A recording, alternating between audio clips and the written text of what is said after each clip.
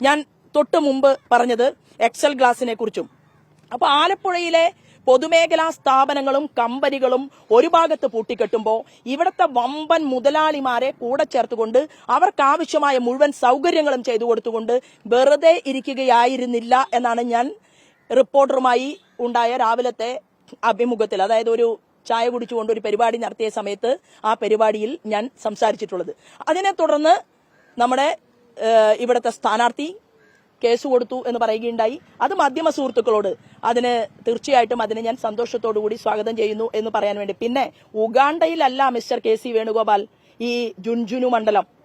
താങ്കൾക്ക് രാജ്യസഭാ സീറ്റ് കിട്ടിയിട്ടുള്ള ജുൻജുനു ഉണ്ടല്ലോ, അത് ഉഗാണ്ടയിലല്ല, ഇന്ത്യയിലെ തന്നെ മറ്റൊരു സംസ്ഥാനത്തിന്റെ ഒരു പ്രദേശമാണ്. ഇവിടെ യാത്ര ചെയ്യുന്ന ആളുകളും രാജസ്ഥാനിൽ പോകാൻ സാധിക്കുന്നവരും അവിടെ പൊതുപ്രവർത്തനം ചെയ്യുന്നവരും ഒക്കെ നമ്മുടെ സമൂഹത്തിനകത്തുണ്ട് എന്നുള്ള ഒരു ധാരണയും ബോധ്യവും അങ്ങേക്ക് വേണം. മാത്രവുമല്ല, ചില അന്വേഷണങ്ങളൊക്കെ വരാനുണ്ട്. ആ അന്വേഷണങ്ങൾ വരുമ്പോ ദുബായിലേക്ക് താങ്കളൊക്കെ എത്ര തവണ യാത്ര ചെയ്യുന്നു? അത് നമ്മുടെ ഭാരതത്തിന്റെ വികസന പ്രവർത്തനത്തിന് വേണ്ടിയായിരുന്നോ?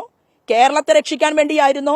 ഇതെല്ലാം തന്നെ തത്ത പറയുന്നത് പോലെ പറയേണ്ട ഒരു സാഹചര്യം താങ്കൾക്ക് ഉണ്ടാകും എന്നുള്ള കാര്യത്തിലും ഒരു തർക്കവും വേണ്ട.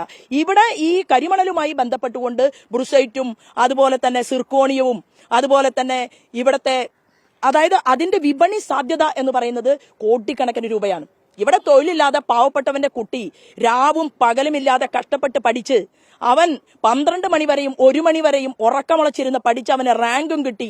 അവൻ നന്നായിട്ട് അവന് പരീക്ഷയിൽ മാർക്കും വാങ്ങിയിട്ട് PSCയിൽ വരുന്ന സമയത്ത് 3 ലക്ഷത്തിലധികം വരുന്ന ആളുകൾക്ക് പിൻവാതിൽ നിയമനം നടത്തിക്കൊണ്ട് ഇവിടെ ഈ ഇടതുപക്ഷത്തിന്റെ ഗവൺമെന്റ് മുന്നോട്ട് പോവുകയാണ്. ഇവിടുത്തെ ജനങ്ങളോട് നിങ്ങൾക്ക് നീതിയില്ല, ഇവിടുത്തെ ചെറുപ്പക്കാരോട് നിങ്ങൾക്ക് നീതിയില്ല. പോലീസ് ഉദ്യോഗം കിട്ടേണ്ട കുട്ടികളാണ് തിരുവനന്തപുരത്ത് സെക്രട്ടേറിയറ്റിന്റെ മുന്നിൽ മുട്ടിലിഴഞ്ഞുകൊണ്ട് സമരം നടത്തിക്കൊണ്ടിരിക്കുന്നത്. ഇതിനൊന്നും നിങ്ങൾക്ക് സമയമില്ല. നിങ്ങളിവിടെ കേരളത്തില് അഴിമതിയുടെ കാര്യം പറഞ്ഞാൽ പരസ്പര സഹായ സഹകരണ മുന്നണിയായിട്ട് ഇടതുപക്ഷവും അതുപോലെ തന്നെ UDFും ഒരുമിച്ച് കൈകോർത്ത് പിടിച്ചുകൊണ്ട് മുന്നോട്ട് പോകാൻ നിങ്ങൾ തീരുമാനിച്ചിട്ടുണ്ട്. പക്ഷെ അധികകാലം ജനങ്ങളെ കബളിപ്പിക്കാൻ നിങ്ങൾക്ക് ഇനി സാധിക്കില്ല എന്നതിന്റെ സൂചന ഞാൻ എന്റെ സുഹൃത്തുക്കളോട് മാധ്യമപ്രവർത്തകരോട് പങ്കുവച്ചു എന്ന് മാത്രമേ ഉള്ളൂ.